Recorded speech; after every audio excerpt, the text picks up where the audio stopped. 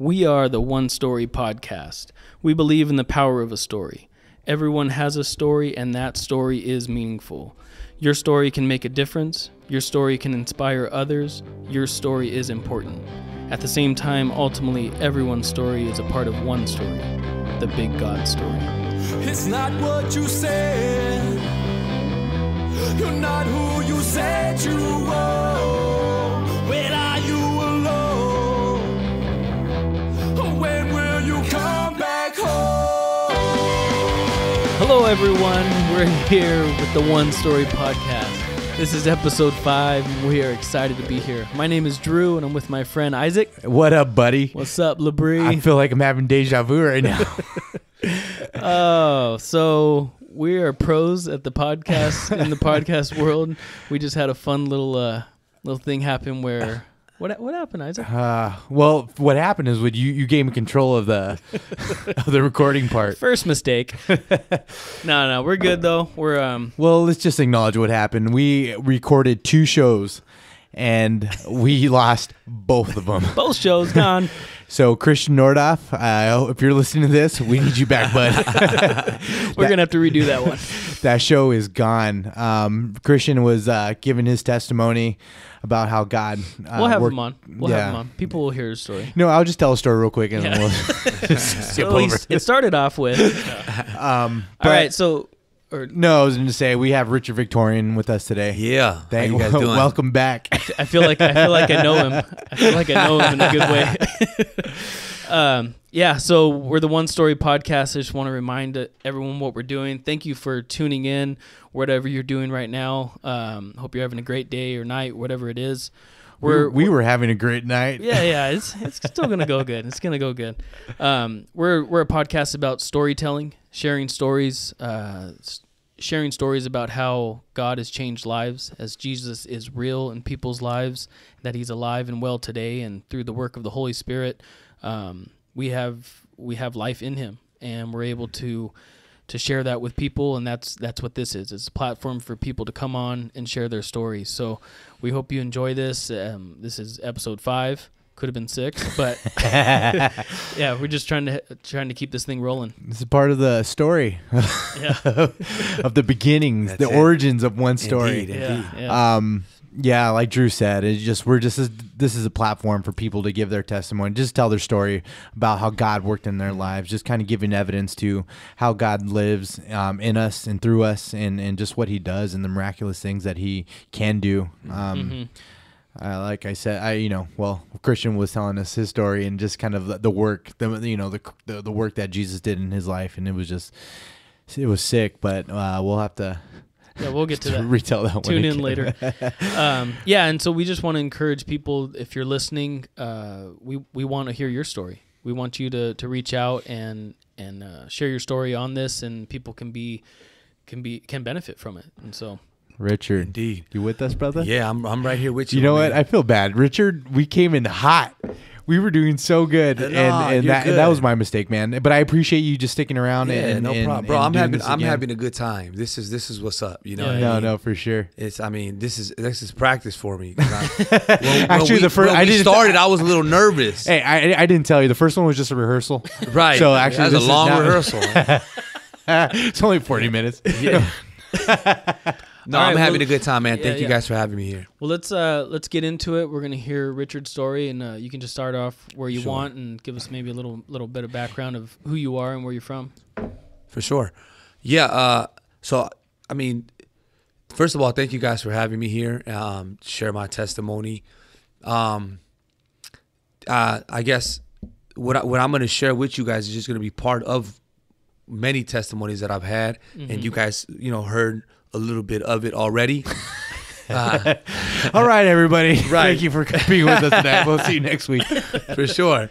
But yeah, and I want to share this one is because it shows God's love and grace that He has for us. Right. I love it. This is the one that I share all the time. There's many I can share, but I chose this one because I want to, as I share the testimony, there's a little message behind it to why I'm sharing this testimony, where I'm at, and why why where I'm at is important. For sure. And it just goes hand in hand with what I'm going to share with you guys. But this is just a little story of a young man who really didn't have no mentors, no friends, no one to come alongside him and kind of help him in life.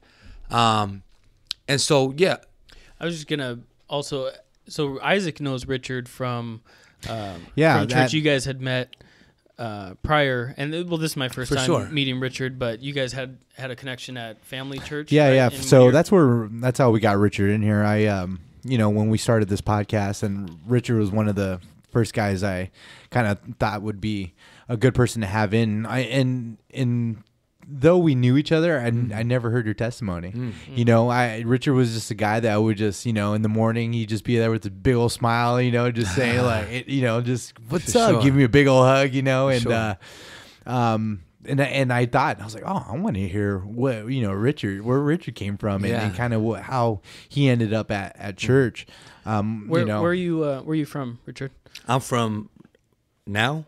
Well, I live in Whittier, but I grew up in South Central Los Angeles. Okay, so you grew up in South Central. Yes, or Central Los Angeles. That's what it's called now. Mm-hmm. Yeah, but again, man, I want to thank you guys for having me here. Isaac is a dude who, as mentioned earlier, every time I see that brother, he had a big old smile on his face. He'd go over there and play basketball, and he you're just a big dude. I can't stop you, man. And he tried, man. He over there trying to muscle and hug a brother, and I'm like, man, he's doing his thing. Oh, Richard was posting up on me hard on the court. You were playing linebacker when you should have been playing center. Trying to tackle. You trying to tackle brothers. No, the frustration was definitely coming out on the basketball court. Because I was always kind of the bigger guy, but then you got Richard. Me and Richard both like a couple of big Mexicans up in here. But Richard's definitely bigger. Our faith would go out the window, man. Once the ball hit, once we tip off. Yeah, that's it. Yeah. Oh man. No, but that was good. That was a good time, man. So we met at Family Church. We did, yes. Again, we shout out to Pastor Dave Ansel. Indeed, big ups, holding it down. Over there, did big things. He was. Really had a big part in my walk, because when I first came to God, we had said in the past that I started off at a Rock Harbor in Costa Mesa, but I found, I grew up in Whittier, and that's where I lived when we first got married, with my wife, Wayna. And we walked, someone invited us to a church that was around the corner. There used to be, I think, there was a church around the corner. Was it Foursquare Church. Yeah. It's still there. So he invited me to that church, and so it's like around the corner. Right. And we showed up, and there's all these people walking all out. I just parked and walked in, and right away I was like, "Oh, this is sick!" And then I was calling my buddy. He's like, "Where are you?" I'm like, "I'm here." Yeah. So he's like, "I'm by the coffee." He's like, "We don't sell coffee here." And I'm like, he's like, "Oh, are you at First Family Church?" I was like, "Yeah." And he's like, "Dude, that's the wrong church, man." I'm like, "Oh, I like it here. Sorry, man." I'm gonna be crazy. Here. Is that what happened? That's how you found the church? Yeah. So and then shortly after we on the basketball court ran into Richard. I had said it was a big scary Mexican dude that I thought just walked off the street to come ball us up, which he balled us up. But I found out shortly after that you were already attending Family Church. Indeed. So how'd you end up over there? So my wife and I, we were looking for a church. And we were going to all the churches in Whittier, Norwalk area, and we found Family Church, and we loved it because of the kids ministry.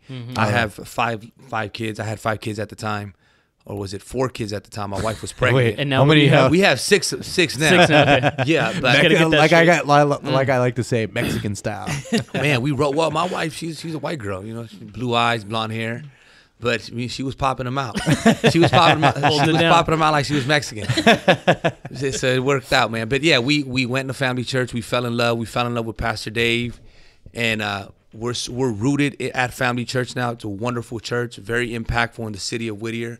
So that's where I'm at right now, man. I'm doing full-time ministry there, and being mentored by Pastor Dave. And it's just wonderful, man. Just learning leadership skills. Next time we see him, tell myself, what's up? For sure. No, Pastor Dave was huge in my walk, especially specifically when I lost a daughter. Do you remember? I do remember that. We didn't even know, but he showed up to the memorial and he spoke and he kind of led it and he just did it. We didn't even know. He just showed up like, what are you doing here? I remember that. Yeah. I'm here to be with you. So no, he's great. That's guy, awesome, man. my man. Yeah, that's what's up. So So what led you? Let's get into the story of. Okay. No, let's keep on talking about basketball. About my life, getting and family. post up.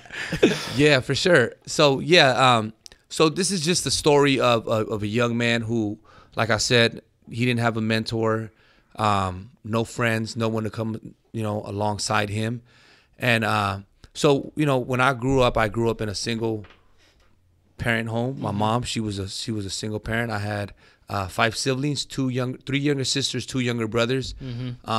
And my mom was my superhero. I loved her, man. She made things happen. And everything was just nice. Everything was just wonderful. Now that I'm older, I look back and I go, okay, man, things were rough. Right. But we didn't look at it like that because it was just You felt like it was taken care of. of. And We had food, we had clothes, and the bills got paid. Sometimes we had candles, and it was all good though. It was fun, and so it was cool. Yeah. I mean, we really never looked back or felt sorry for ourselves or like, oh, it was rough. None of that. It was Sounds just, like there's a lot of love in your house. oh, for sure, man. It Yeah. was nice. It was strong real mom nice. holding it down for you guys. She made it happen, brother, and I love her for that. And we lived everywhere. We lived in the west side of Los Angeles. We lived in South Central, Huntington Park, Southgate, all over the place. We went to Victorville for a few months. I want to say like a year. I don't even know how long we lived out there for. But we did that. And so, yeah, we moved back and forth. I wasn't really a troublemaker as a kid. I mean, I was, but not like Nothing super crazy. bad, like going to juvenile hall or anything like that. Right. I wasn't a drug user, nothing like that. I was just, I would get in little fights here and there, but just like a normal kid would. Yeah. Growing up in South Central Yeah. or Watts or whatever. And you played sports. For sure. I love playing sports. That's what I did. That's what kept me out of trouble. But yeah, growing up, everything was fine. Everything was cool. When I graduated high school, I joined the Navy. I got into the Navy. Sick. I enlisted into the Navy, and I became a rescue swimmer. I loved it, man. It was a phenomenal job. A lot of training that I enjoyed. It helped me as a young man. I had a little bit of discipline now. I had aspirations and dreams of what I wanted to do. I had many older gentlemen who tried to help and mentor me, and they did. Everything was cool. And so, yeah, I wanted to work at Piper Tech. That's what I wanted to do. I had my whole life planned out. Yeah. And so I was stationed in Pensacola, Florida. I did most of my training there, and then I got stationed out here in San Diego, North Island, did some training there. But the problem with that is that, moving back to Cali on the weekends, I would go back home. And so I still had my boys that I hung out with when we were in high school. So when we were in high school, we started getting into a little bit of trouble. Actually, when I moved to Bell Gardens, that's when I started learning about the whole crew thing.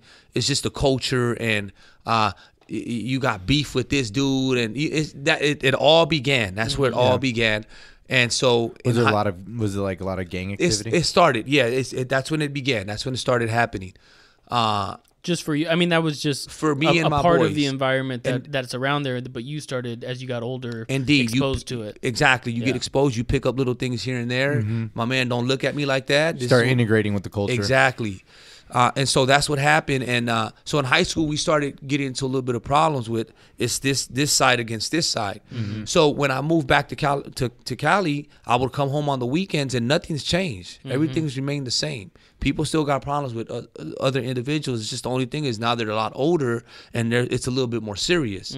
So it happened. All that happened. I would come home for the weekend. And on one weekend, my buddies and I, we ended up having a few drinks, and it was just a bad day from the gate. We did a couple of beer runs, and I had just bought me a Grand Marquis, and so we were smashing. It was like the Batmobile. We had like 30 brothers deep up in. I don't know how it happened, but we just made it happen. Exactly. green too. That's dope. So, did you have Dayton's? No, we wanted to keep it OG. That's how you Okay, did it. okay. You just dropped the armor on it. But so we were smashing That's and dope. we were having a good night supposedly. Just you and your boys just out to have fun. We were out there having fun, my man. Yeah. And so we ended up going to this house party. We pulled up, and once we pulled up, this dude yells and he goes, and he said a few, words that I can't say here. But basically he said, "What are you guys doing here?" And so when he said that, we snapped, we jumped. And, we all jumped out of the car and we just, man, we started going crazy. So I guess the guy who was throwing that party that night, his mom was inside the house and she was watching and listening to everything that was happening outside. And so she called Southgate PD, and so we're over here trying to rob these dudes for whatever we can get, and then we jump back in the car and we just bust a U-turn and start going out. And so once we start heading out, there's a street, it's Liberty, and it's just like there's a railroad track on one side and then you have a whole bunch of blocks on the other side. Yeah. So as we're driving, we see this car coming at us with their headlights off, everything off. And it was a Southgate PD police officer. Mm-hmm. And so once we pass him, his sirens go off. I guess he's seen the description of my car. That's how they described it. So we hit the gas, and so on the left side of me, all I see is the railroad tracks, and on the right side of me, I see different blocks. But on every block, there's like a unit coming at us. So you were running from the cops. We were on a high-speed pursuit, and they had the whole neighborhood blocked off. Dang. It's like they were planning it. So I'm like, man, we hit the gas, we go. And so we hit this dead end. There's like a 7-Eleven, and the whole street was blocked off. And we just said, man, let's just stop. We're not going to get away. Things are going to get worse. So we pulled up into the 7-Eleven, and they come at us with shotguns. Get out the car. Mm. So we all get out the car. And I remember this one police officer, he he's going through my stuff, and he pulls out my wallet, and my military ID is there. And he goes, "Oh, you're in the Navy? Oh, man, your life is odd. You're a disgrace." And so it really hit me at that point. And I'm like, man, and my mom's is the first person that came into my mind, because I'm like, man, she's going to be very disappointed. Probably, yeah, she was probably really proud of you, Absolutely. Coming out of the, your area and getting into the military. And absolutely. Having such a good job in the Navy also. Yeah. And my little brothers and my sisters, they were looked up to you. Exactly. You were the example. Wow. It sounded like you were on your way. We were doing it. I was doing it, but growing up in a single parent home, you always want to hook your mom up. For sure. You want to get her home, and you want to take care of your family. So it kind of hit me a little bit, but I said, we're gonna be okay. Yeah. So we go to court, and they try to give us 15 years in prison. Damn. because I think we had like 5 counts of robbery. And if you hold somebody against their will for like 40 seconds, it's considered kidnapping or hostage. So they threw that at us also. Wow. And because when we pulled up to that house, we blocked their driveway so no one was able to leave. Mm. And so when we got out the car, we started reaching, and we held, I think, like 5 young dudes inside their car, and everyone else ran inside the house in the backyard. So anyways, it became a big deal. Mm-hmm. And so I was a little stressed out. We fought that case for about a year. We lost the case. I got they went from 15 years to 7 years, so I think 3 years, and then at the end they just gave us like 3 years probation and like 6 months in county. Mm-hmm. I lost my military contract. They gave me an OTA. So the Navy basically said, "Hey man, you were a great sailor. We just can't have you because now you have a felony on your record, and so we're gonna your contract is no longer good. So we're just gonna give you an OTH." So basically, it's just like you were never in the Navy. Man. So we're gonna look out for you now. That's the only thing we can do for you. So they showed me some love. Yeah. How'd you feel though? To lose man, because that would sound like that was a big part of your life. I was devastated. Or it was like your identity. Absolutely. I was devastated because, like I said, man, I'm thinking about my moms and my brothers and my sisters, and I know how difficult it is to get a job once you get. I didn't get a dishonorable. Thank God for that. Mm-hmm. But still, I was a convicted felon now. I had like 2 felonies in my background. Right. And so I was devastated. It was rough. And so I went to county jail. I have my 3 years probation. I come out, and it's just like I'm still the same old knucklehead. Mm-hmm. Nothing's changed. If anything, I've gotten worse. Because now you're pissed off about your current situation. Exactly. It was just I was frustrated. Anxiety had kicked in. And it was just rough, man. It was just a hard time. So that's exactly what I did. I went out there and I started acting up. I went back to hanging out with my boys, and I started selling drugs. I became a little drug dealer, and it's just, man, it just got really, really bad. I sold drugs. I never used drugs, but I started selling drugs, and I did that for about a year. And after about a year, I started using drugs, and things went downhill real quick after that. I started. It was just a very dark time. Yeah. Right. You know. Well, that's what that that world it is. It's just dark. It is demonic, my man. Like mentioned earlier, it's very demonic because I look back, even when I was going through it, it would be moments there where we would be in the middle of the night, 3 o'clock in the morning, out on the block, and I would just think, what are we doing here so late? We don't sleep no more, man. This is, and I didn't trust no one. Right. And I know they didn't trust me. And these are are my crew. boys.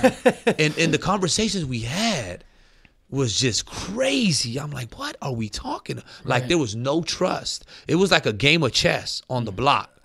And because everyone wants to be a drug dealer. Yeah. And so it was crazy. I mean, it's when it started getting real bad, when people started telling me, "Oh, Rich, I heard so and so wants to kill you," or and I heard this dude wants to kill you, and be careful when you come. People you knew?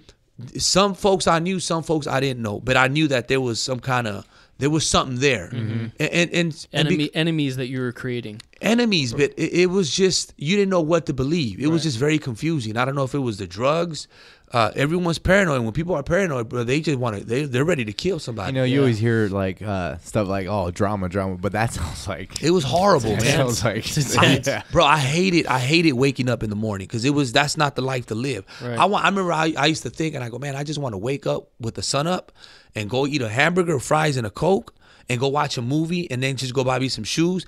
That's what like my a normal dream, life. like a normal life. You couldn't do that. I couldn't do it. Like, I would go somewhere and I would just be like, watch, like, we had to watch it was just crazy. It was horrible. I didn't want to kill nobody. Yeah, that's not who I didn't. I was like, man, I don't want to kill no one, but So it was getting to the point where you're almost in that position. Of course. And you're so paranoid. Defend yourself. Oh my God, you're so paranoid, it's crazy. And so I went through that. Little things started happening, like where I was like, yo, this is getting serious. This is getting real, man. I don't even know who I'm messing with anymore. Because there is violent people out there. Like, there's people who that's just what they do. And so, I think I did that for about 3 years, just living like that. And it was a sad time because I had left home and I was living on my own. I went and we got a little like a mobile home, and we had shut down that whole block. Like, the neighbors hated us. Because it was about 30, 40 of us every day on that same block. We had destroyed that street. Just graffiti all over. It was just horrible. And, it was just a very sad time, man. I look back and I go, man, those people probably, they were like, dude, when are you going to leave? When are you going to die? We don't want you. We don't want you guys here no more. When are the cops going to come and get them? Like, I look back and I think like that now, And so you think everything is all good because you're over there playing basketball with the kids, but people don't. They know what, man. This is the neighborhood drug dealer, right? We don't want him here. Exactly. And they couldn't do anything because you guys were the fear, man. They were afraid, and you guys even were running the neighborhood. Yeah, and we were nice to them. Hey, how you doing? But some people are just gonna be nice to you just because, like, yeah, man, we don't want no. We're good. Yeah. Make sure you don't don't even look at them. Just keep pushing. Say hi to them and just keep pushing. Right. So, anyways, man, that happened, and did that for about 3 years, and I remember one night we, my buddies, it was me and 3 of my buddies and some young lady. We had went to a gas station, and then we bumped into a dude, one of our enemies, and we tried to rob my man for his car. So we went and we did the whole thing. We tried to take him out of his car, and the same thing happened, man. The teller from inside the gas station was calling Southgate PD because they're seeing it all happen. Everything. She's on the horn. It's just calling. Did you guys like try to rob him with weapons? We had a weapon. Yeah. I'm just curious, just because I can't really fathom the urge to do something like that. Like, what was going on in your mind or in your heart, like to be able to do something like that? Absolutely, yeah. And so rewind to where. Here you have a young man who really, like I said, he has no mentor, no role model, nothing. And so I'm confused. I don't know what to to think. Not only that, it's just sometimes I didn't want to do that. And I think a lot of people don't want to do stuff like that. And there's various reasons, Isaac. At that time, it's because we just wanted to take because we wanted money. Mm-hmm. There was times where I was doing things and I was afraid to do it. But I had to do it because I was considered, I was 22 years old. I was like the oldest dude. I was like the OG is what they would call me. I'm like, you're the OG and I'm only 22 years old. You're looking back, you at 22, you're right. like, I was a kid. I'm like, man, bro, we had dudes in the crew that 13, 14-year-olds carrying shotguns. Wow. Fully loaded weapons, man, ready to just go. And so sometimes I didn't want to do things, but I was forced to do them. Yeah. You know, I was like, you had to live up to the role that you put yourself in. For sure. And I would see my boys, they would do things, and I know they didn't want to do some stuff, but they would do it anyway. And that's just the culture that we cultivated. It's just like we got to do it. And you know, and people become like that, man. They just become callous at heart, and that's just who they become. And it starts out of fear, but then it becomes somewhat. It's like I said, various reasons. Mm-hmm. You get greedy. You think, man, if I take this dude for his car right now, I can sell the rims for $500, sell the radio for like $50, do something with the car, come up on $1,000, and we can have a little bit of fun for the night. So there's all kinds of reasons. Call that hood math. Exactly, real quick. You know what I'm saying? Re-up. And, you know, and so that's all kinds of reasons. And I hear what you're saying. That's a legitimate question. You think, man, how can people be so ruthless and so violent? Mm-hmm. How can their heart be like that? You get there. And so, you know, we're doing this thing here, and then we turn around and Southgate PD's like, they got the whole street, all Firestone just on lock, just guns pointed at us, and we didn't even hear them, bro. They were like ninjas. I'm like, man, I didn't hear them coming, nothing. Yeah. We turned around, I'm like, man, they're ready to go. So they got us, man. They got us. I remember, you know, they put the cuffs on us. They pulled out the weapon and all kinds of stuff. I'm sorry, where were you parked? We were at the gas station. Oh, okay. I thought it was another 7-Eleven. I was about to yeah, I was about to say you probably drive by 7-Eleven. Right. Like, don't go to 7-Eleven no more. I'll go to Circle K. For sure. It was a Chevron gas station too. We getting that good gas. High on octane. Techron. You know, living the thug life with that good gas though, you know. But you know, so got busted, and I was so burnt out, man. I was done. I was like tired, man. Just drug use, and just my mind was all jacked up. I didn't even know what to think anymore. And so I remember when they put me behind that Southgate PD unit, I remember thinking, man, I'm so tired, man. God, I thank you, God, for lock me up, send me to jail, man. I'm done. I'm gonna end up getting killed out here. Mm-hmm. So you knew about God at that point. I mean, did. You didn't have a relationship with them, right? But you guys, did you grow up in the church? I did. I grew up in the church as a young kid. My mom's. We lived in the West Side. She would take us to this church called Bethel, a very small church. What does that mean? Bethel. Oh, okay. But it was Bethel, Sorry. and you know, it was a good church. We would go. I would listen. And that's basically what I would do, just listen. But you had that foundation there, right? At least you knew. Mm-hmm, mm-hmm. And my mom was a soldier, my man. She introduced all of us to God. She kept us very aware. It's just we didn't receive it as we should have. Mm-hmm. You know, it was basically one ear out the other, and it was like not yet. How long were you guys there for? Man, we went there for about 2 years. But see, and then we started going. It was just an on and off thing. You're moving, right? We stayed all over the place. All right, so you're arrested or handcuffed, and they put the cuffs on us. You have relief at this point. I'm relieved, man. I'm breathing. I'm like, something's got to give. You know, something's got to give. So we end up going. They take us to the subunit station, and then they transfer us to, I think, what is it, Twin Towers in Los Angeles. Mm-hmm. And so then they bring us back to court, Norwalk Court. If you get busted in that side of town, southeast Los Angeles, you go to Norwalk Court. Mm-hmm. So I go to Norwalk Court, and my public defender from my first case shows up. And he basically looks over the case, and he goes, man, they're going to give you 15 years. You just fought 15 years, 3 years, and now they're going to break you off. And let me tell you something. They have video surveillance. They found a weapon. The young lady that you got arrested with, she shared more information than she should have because she's afraid. Mm-hmm. And this guy that you try to rob, he signed the affidavit. He's gonna testify against you guys. Damn. And he says, bro, there's no way out. They had everything You're they needed. done, Rich. Yeah, you're done. And so I'm stressed out. I'm like, man, what has my life? What have I done? Yeah, how do I get here? I'm done. 15 years. And so, I'm stressed out. They send us out back to Twin Towers, me and my crimey. I don't know what happened to the other two dudes. They got out. You say you're crimey? Yeah, my crimey, my little my little partner in crime. Oh, okay. Yeah. Yeah, I gotta put that in there. I gotta let the folks know what put them up to par on what's going on the streets. Understand what crime is, y'all. Like, hey, this is my crime. How's it going? For sure. So they send us back to Twin Towers. I'm stressed out. They send me up to Supermax. I'm stressed out because there's so many young kids up in there, young bucks my age, and man, they all want to be the Don. You know what I'm saying? You're a young man at the time. You're 22. I was 22. Yeah, you're still a young guy. And they all want to, like I said, they all want to be the head honcho. They all want to prove something to everyone else or whatever. So at this time, I'm somewhat starting to cry out to God. I'm like, man, God, 15 years. Oh, man, I need you right about now. But you just really can't. You can't because there's so much noise and so much commotion in jail. So I was in there for about 2 weeks, and then they 2, 3, I don't even remember anymore, but they transferred us back because we had to go back to court to get an update. And so when they did that, they transferred me back, and I remember they put me in a single man cell.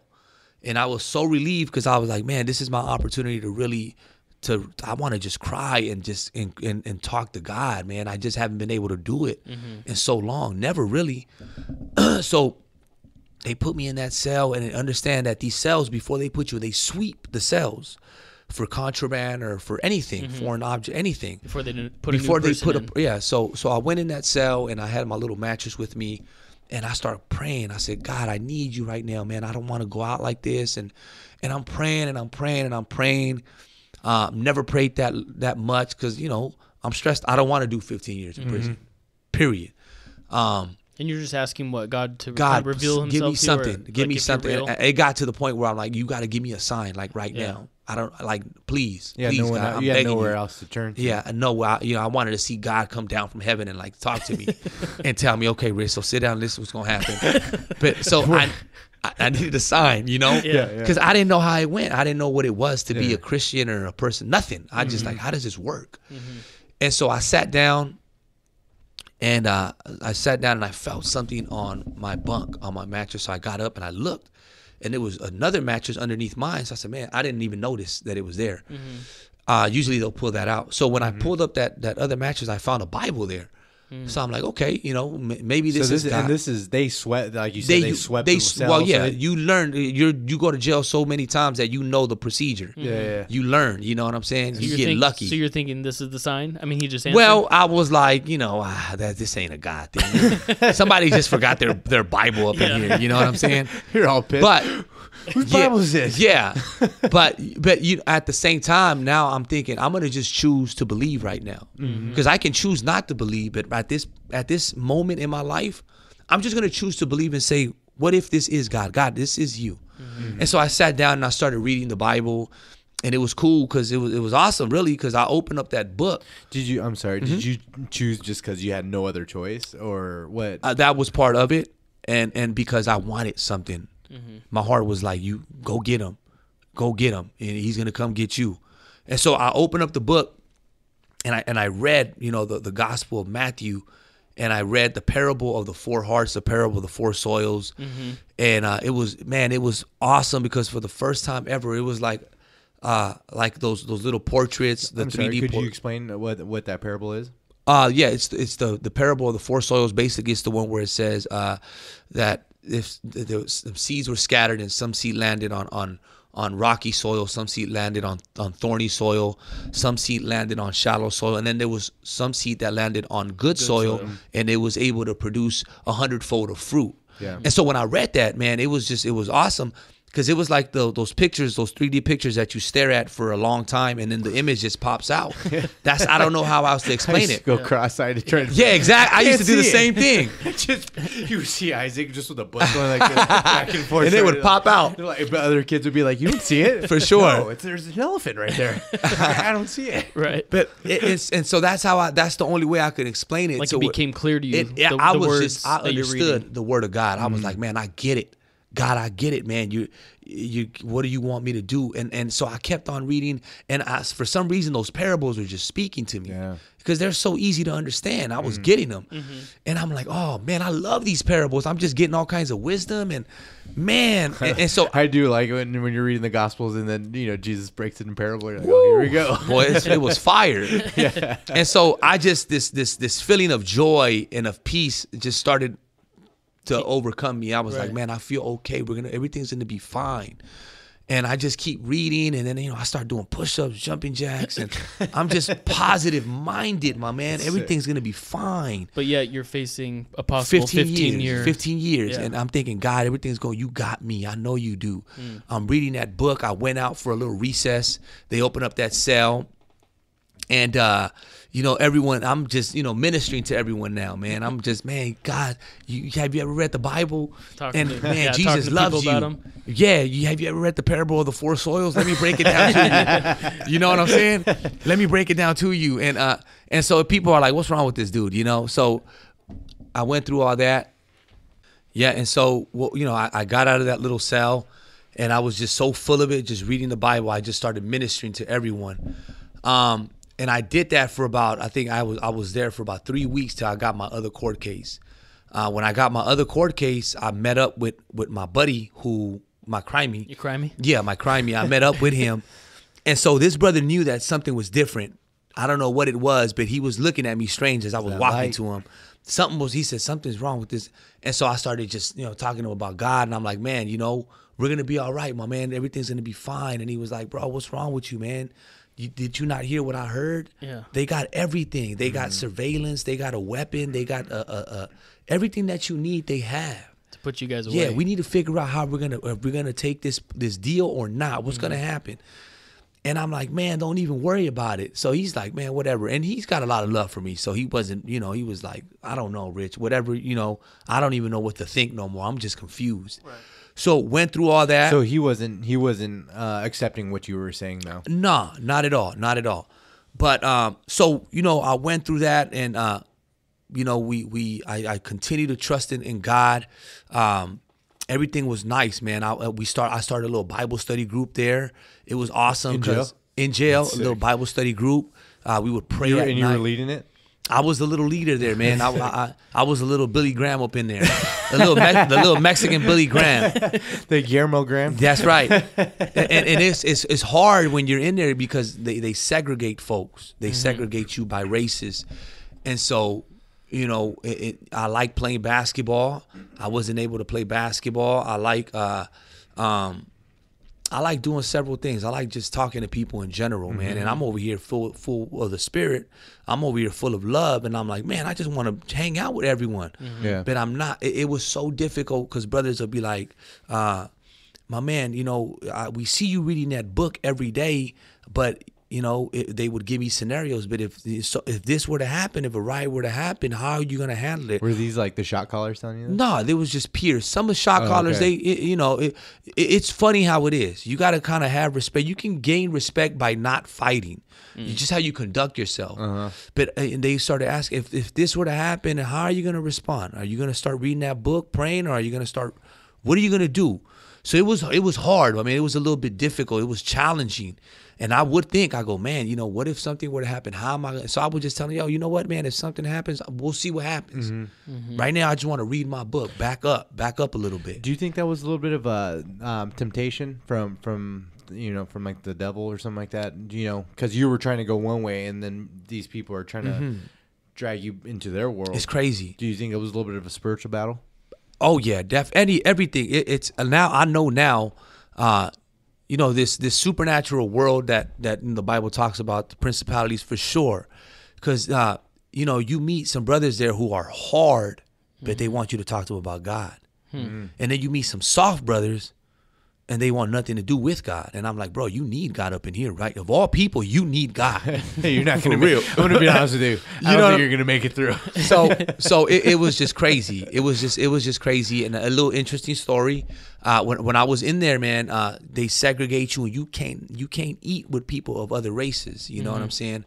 But something beautiful happened, and I think about it to this day, and I'm like, man, that was God right there. I remember one time it was just a group of us to where it was the Mexicans, the blacks, and the white boys, they call them Woods. So I'm gonna say the Woods, and so people were all able to sit down on one table and share God's word. And I don't know how that happened, but it happened.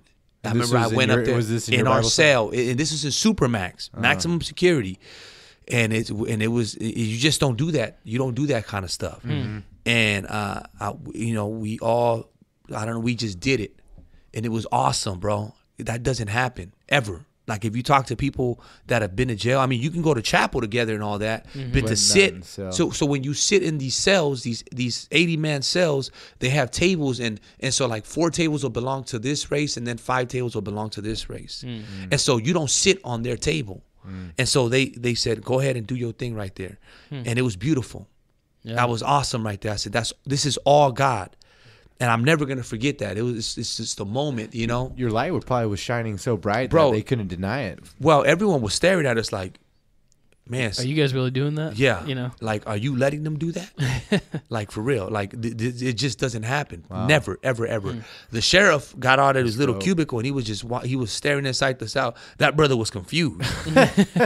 He was scratching his head like, I don't even know what to make of this. What is going on? Are they playing chess? Are they all sitting in the same table together? And it was like 4 of us. That's awesome. And we made it happen, man. And we were focusing God's word. Was it one from every race? Yeah. It was two black dudes, myself, and then some white dude. Oh wow. Beautiful. It is beautiful. It was a beautiful thing. And I said, boy, I might get knocked after this, but it's all good. Yeah. You know what I'm saying? But so I went through that whole thing, and just to kind of come to the end here, I was 22 years old when all this happened. When we went to court, the day that we went to court where they were going to tell us when this guy was going to testify against us, I met up with my crimey again. He was like in medium security. They put me in MAC because I was a second offender, and I had I had felonies in my background, violent felonies or whatever. And so we went to court, and I'm sitting in that cell, and you got brothers in this holding tank that have been there for 25 years, 15 years. And they see me with my little book, reading my book, praying, thanking God. My crime is like, whatever, my man, keep doing your thing. And they're like, man, this brother's crazy. Does he not see that everyone that goes out and speaks to that judge comes out and they break them off? Basically, they give them, these dudes will go out there and then they'll come back into the holding cell. But what's up, my man? What did they give you? Man, they broke me off with 8 years. Man, they broke me off with 4 years. Wow. Man, they gave me 15. Everyone was coming back, getting broke off. And so the dudes who've been in and out of jail several times, I was in and out of jail, but not as much as these dudes. Right. They were like, dude, the judge is not having a good day today. You're gonna get you said there's somebody that's gonna testify against you, you're gonna get broken off. And so my faith was being challenged through all this, and I continued to believe in God. It was a supernatural faith. Like, I don't know, I'm like, man, I was like smiling, and they were like, we can't wait till you go out there and come back, and we want to see that look in your face. Still smiling. And I can feel it, right? And so my public defender comes out, and he was like, Mr. Victorian, and I walk in, I was, what's going on? And I go, so this is what you got going on. And he reads to me again everything. This guy's he signed the affidavit. He's here to testify against you. This, all kinds of stuff. And understand, my family didn't know what was going on with me because I was so ashamed that I didn't even tell them that I was locked up. You were there alone. I was you and Jesus. I felt afraid. I felt ashamed of my mom's. I let her down. My little brother and sister, I let them down. So they put the shackles on us. They take us out there, and the first person I see is my mom's in the courtroom. Whoa. And it broke me down. I said, oh, my mom's, man, I let her down. You know, you never want your mom to see you like that. Yeah. Being brought in like that with like an animal, my man, like with chains to the feet, to your hands in a jumper suit. Yeah. And I just couldn't even look at her. And I looked at my little brothers and my little sisters, and I'm like, man, this is rough. And the corner, I looked into my right side. I looked, and it was the dude that we tried to rob. And I was a little. I got scared because I'm like, man, he's here. But at the same time, I got upset because I'm like, he's a well-known gang member. And so you don't do that. You don't go to court and testify. Put against yourself right. Yeah. Like ratting. Yeah, exactly. Okay. You know, I don't want to get all Soprano on brothers up in here. But yeah, Just don't do that. He's a rat. But, you know, and I felt bad for him also. I said, man, I can't believe I hurt him like that. You know, I'm over here reading my book. I'm a changed man. And I felt bad, and I was just praying for him. I was praying for everybody in that courtroom. Wow. And so in myself, you know, and I said, yeah. God, I know you got me. This is it right here, God. 15 years. I'm 22-year-old young man, and I lost my military contract. Things were going great. Here I am 3 and some years later, and Totally here I am flipped getting ready around. to get 15 years from the second time. I got a break the first time. Here's the second time around. This time it's a wrap. I can't imagine just being in that situation. Bro, you know, it was sitting rough. there knowing how you I like was you said, stressed you out. were on your way, you know, to the top of the world. You know, Well, everything was and, nice. and now your life is about to Man, bro, I was so stressed out. My hair was falling off. Like I remember I'd go to sleep, wake up, and I look at my mat and the little pillow, and it was just hair all over it. Wow, I was so skinny, I didn't want to eat. I was stressed out, just stressed out. But God came through, and then I started feeling better, and that confidence and that joy. So everything was cool. And so we stand in front of the judge, and then they go through the court, and then they and all they need now is just for the individual to come up and basically share what happened that night. So they call him up, Mr. So-and-so, come up here. He goes and he testifies against us. And this brother goes into detail. Like, my faith is being tested to the very last second, to the core. He's like, oh, the tall dude, dark skin, bald head. He had Orlando Magic jersey, some Air Jordans, some jeans. And he said, it's specific. He said this to me. And I'm like, man, it's done. And so he does that. And all he has to do now is he has to point at the person who the judge asked him. No, actually, the DA district attorney had picked up the case. Mr. So-and-so, all we need you to do now is just point at the individuals who did that to you on that night. And so they asked him, can you please point to them? And that brother didn't point at nobody. And he just sits there. And I'm like, what's going on? And so the DA gets upset, bro. He jumps out. Yeah, Your Honor, time out. The reset, whatever. We need a break or whatever. I'm checking, Your Honor. And he goes and they're grilling this dude. They're telling him, you signed the affidavit. Yeah, you got to point these guys out. And then the judge is like, you know what you did. Once you signed that paper, you need to come over here and testify. And the dude was like, something I did testify already, whatever. And so, okay, they come back. And I'm looking at my crime, and I said, boy, watch God about to do something beautiful. Did you already start to feel like? Oh man, I was like, something's happening right here. When you saw that, something's about to. And so they said, okay, sir, Mr. So-and-so, we just need you to say if you do see him here, the people who did this to you, do you see him in this courtroom? That's all you need to do. And that brother said, I don't remember what happened that night. What? And so the judge, he has so many court cases that were pending right behind us that he said, look, you know what? He told the DA, I don't have time for this. You know, I'm going to dismiss these charges. I'm going to dismiss the case. He hit that hammer down. They dismissed the case. No way. Man, we were You're a glad. free man. Well, I had to do some time for previous, but I did 7 months, but I got so close to God while I was there. It was amazing. But the reason I'm sharing that testimony. Oh my God. But well, check this out. But the reason I'm sharing this is because, and why I feel that it's important, and why I chose that portion, that season of my life, is because I was 22 years old, right? They were going to give me 15 years in prison.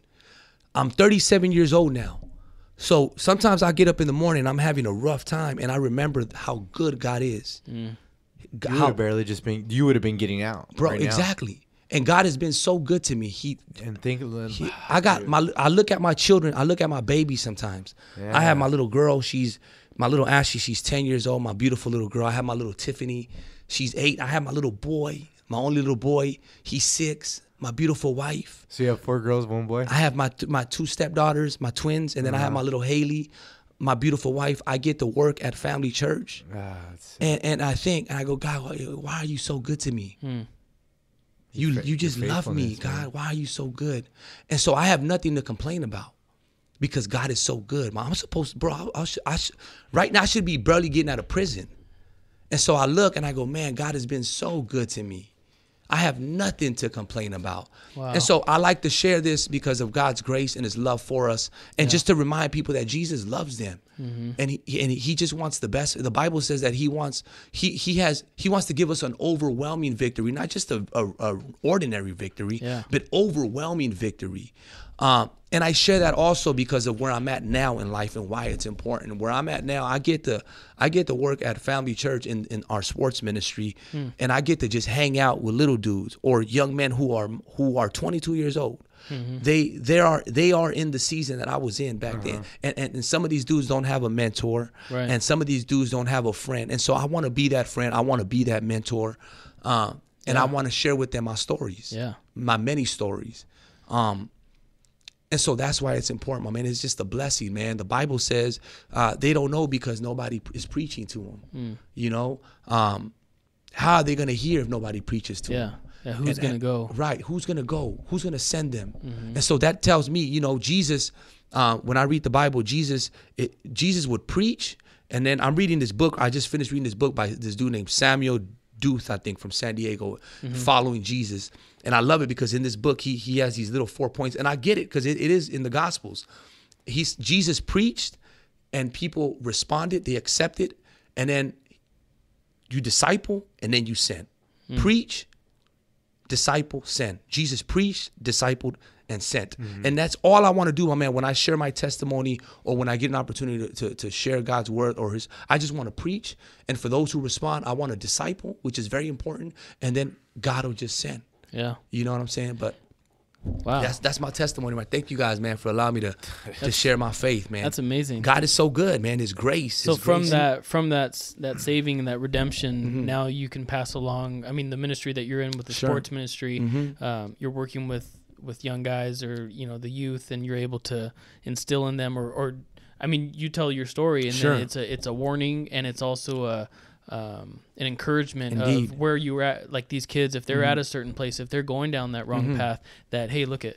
You can turn it around right now. God's good. You don't have to go the full length that I went to. You can change right now. Indeed, and all it's just very important to really open up that book and read and teach from the Bible. Absolutely. to them because that does something to people. It did something to me. Yeah. And really explain it, break it down to them. Help them share a little devotional with them. Yeah. You know what I'm saying? Like go out here play basketball with them. Yeah. Basketball is such a beautiful sport because, if you understand the story of basketball, Naismith, this man was a Canadian minister. And this dude, he was out one night or one day, and he was trying to figure out how can I engage these young men? How can I minister to these young men? And so he came up with the game of basketball. Really? Yeah. And so now you see these churches, they have community groups, cell groups, or connect, whatever. Man, that was one of the first. Well, Jesus and his disciples was the original community group. But then Naismith, man, that was one of the more modern day community groups. And it's beautiful because I always tell people, basketball is a God-given sport. God gave Naismith that idea. And from that's how basketball. For sure. Yeah. And now millions of people play it around the world. And so I always tell people when we get to heaven, we're going to be balling. We're going to be wearing some Air Jesus. You know what I'm saying? And it just goes hand in hand. I mean, I love it, man. We get to just to play ball, man. And just let's talk about Jesus. Be my friend. I'll be your friend. Everything's going to be fine, man. I'm right here. We're going to pray together. Yeah. And get into your word. And that's discipleship. And that's, indeed. That's how lives are changed. It's not. Right. I mean, there is the need for on the pulpit and the revivals and the crusades and that kind of thing. But where real change happen is across the table. That's right. Man to man, woman to woman, whatever. Yeah. And discipling someone, sharing your story, and then bringing them along the way. Indeed. What I'd like to point out is the faith that you had in God during that time. I mean, that your crimey, he was probably looking at you like, dude, do you realize what's going on right now? The reality, the weight of what was going to happen, and for you to have the faith that God was going to prevail in that. It really, I mean, God is, in so many times he's always, he said, "Oh, you with so little faith," because it's hard to have that kind of faith. It's hard. It is because it's not something of this earth. We we can only attest to what we experience in life, and for supernatural things to happen like that, which is what we're trying to do through this platform, is really share the capabilities and the possibilities of what God does. And he freed you, man. He did. And like, I mean, my heart dropped when you said that the judge just, Man, he you know, dismissed the just, case. I don't got time for this. Yeah. Case dismissed. You know, what it gets me. how'd you feel in that moment? Oh, I need to man, know. I was praising God. I said, I'm going to give you my whole life, God. Obviously, I'm not perfect. Yeah. I still have my ups and downs, but I do understand one thing, that God is always going to be with me. And that he loves me no matter what I go through. No matter I what the know that. circumstances Exactly. are. Yeah. And so I try to help people understand that man, God still loves you. You woke up. Did you wake up this morning after what you did? Okay, Jesus still loves you. And he still has plans for you. Don't walk around like you're unworthy, or like, you know, like God doesn't love you. That's a lie. Yeah. That's a lie from the pit of, like, literally from the pit of hell. Yeah. You know what I'm saying? So yeah, I mean, you know, the thing that really gets me, man, and I gotta give my testimonies to me every once. I gotta remind myself, and so sometimes I like I said, I'm going through rough times, or things aren't hard. I'm just frustrated, and I just gotta remind myself, bro, you're supposed to be in prison right now, you know. And Look where you are. I Look where pick you up are my right little now. boy. Yeah, I pick up my little boy. He's a strong, smart little dude. I just bought him a little guitar today. Nice. And I pick him up and I go, man, I'm so blessed. Yeah, man. I'm so blessed, man. So You know God what? is good. I'm sorry. That's awesome, because I think we forget to look at what we have. You know, we're always chasing more. We're always trying to fulfill Right. What the society is telling us we should be fulfilling our be what makes us happy. You know, Right. whether it's through treasures. You know, our houses, cars, clothes, all that stuff. But it's not. It's in that time that you're spending with your kid, and just looking at him, holding him, you know, giving him Bless. a small gift, you know, Right. and just watching him play. That's it. You know, with my kids, you know, just the simple thing of as simple as just eating a cookie with That's them, it, and man. just them be like, "This is the best cookie ever." Right. You know, I'm like, this is it. Yeah. This is what the love Yeah. that Jesus gave us. This is the only reason why we can love on That's our right. kids and love Amen. on each Amen. other. You know, and the fulfillment that we get.